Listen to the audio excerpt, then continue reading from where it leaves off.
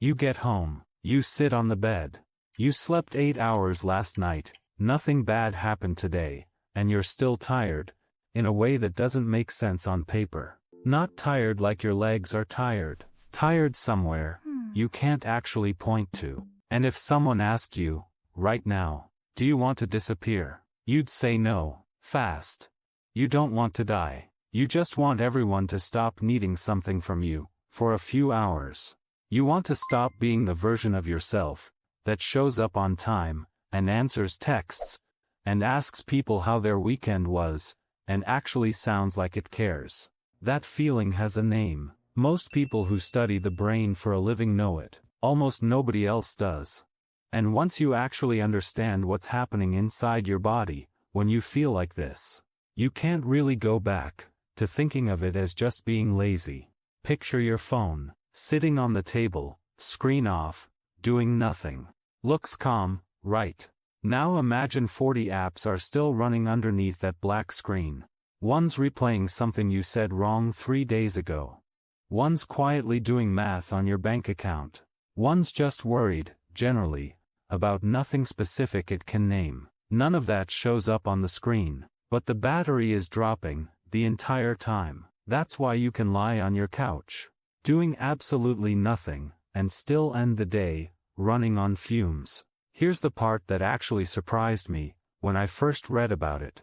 There's an older survival system in your body, older than fight or flight. Fight or flight is for danger you can actually do something about. Run from it, fight it. But there's a deeper switch underneath that one, and it only flips when your body decides the threat can't be outrun, and can't be fought either. It's the same switch that makes a possum go completely limp when something has it cornered. The possum isn't choosing to relax.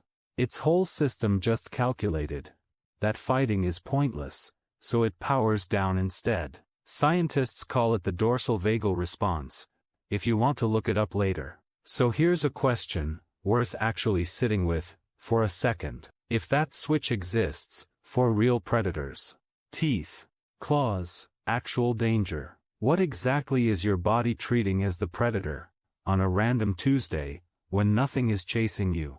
Usually it's something that just never lets up. A job with no real end point. Money stuff that comes back every single month, like clockwork, whether you're ready or not. Being the one person in your friend group everyone vents to, but who nobody ever checks on. None of that is a lion. But your nervous system genuinely cannot tell the difference between 5 seconds of real danger and 5 years of pressure that never lets go. Eventually, it treats them the same way. Eventually, it pulls the exact same brake, which is part of why sleep doesn't touch this kind of tired. Sleep is great. It repairs muscle. It clears junk out of your brain overnight. But it was never built to unlock a switch. Your own body flipped shut on purpose, for what it genuinely believes is your own protection.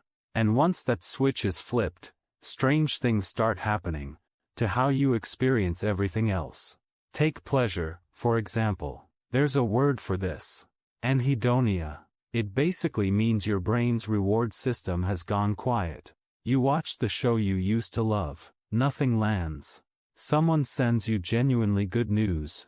And you know, logically, this should feel good. And it just doesn't arrive. It's like calling someone, and the phone rings, and nobody ever picks up on the other end. That's not your brain broken.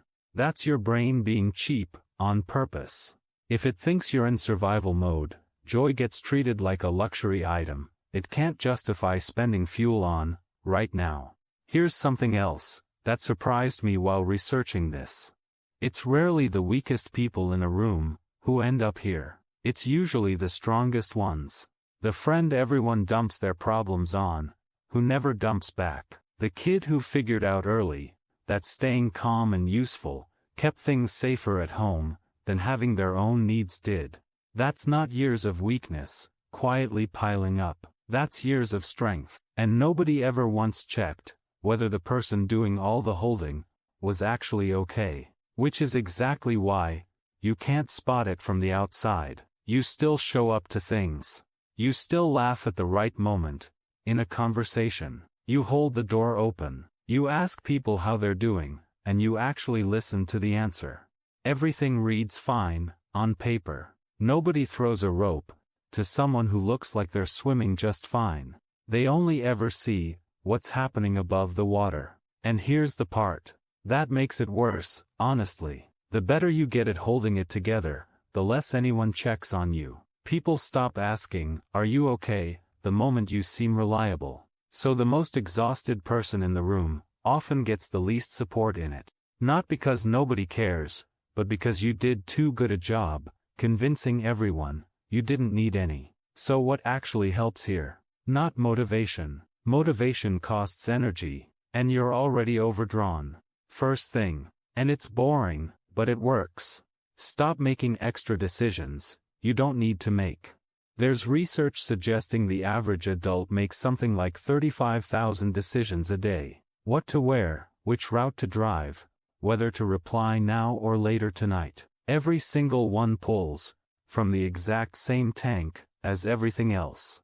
So eat the same 3 meals this week. Wear the same small rotation of clothes. Free up whatever's left of you for the things that actually matter. Second thing, scrolling isn't rest, even though it feels like rest. Your body's still, sure, but your eyes and your brain are sprinting the entire time you're doing it. Actual rest looks closer to lying down. No phone, nothing at all to react to for 15 minutes straight. Your brain will scream that it's bored, probably around minute 2. Let it scream. Somewhere past minute 5, something in your body quietly starts believing it's actually safe enough to power all the way down. Third, you're allowed to just say the true sentence instead of the automatic one. When someone asks how you're doing, you don't have to say, "Fine." You're allowed to say, "Honestly, I'm running on empty right now." Just to one person. That's it. Doesn't need to be everyone you know. That one sentence does something rest by itself can't do. It tells your nervous system it's allowed to drop the mask, even just a little. That's usually the very first real crack of light back in. Here's the thing I actually want to leave you with, though. That heaviness isn't proof that something is wrong with you. It's proof your body has been protecting you from something for a lot longer than anyone around you ever noticed. A possum playing dead isn't broken. It's doing exactly what it was built to do, at exactly the moment it needed to do it. You're not lazy. You're not falling behind everyone else. You're a nervous system that's been standing guard, way past the point where someone should have relieved the shift. And switches that get flipped by exhaustion, they can flip back. Not from one good morning. Not from one motivational video you watch and forget by Thursday. From small, boring, repeated proof, over and over, that it's actually safe now. That's genuinely it. That's the whole thing nobody puts in the title.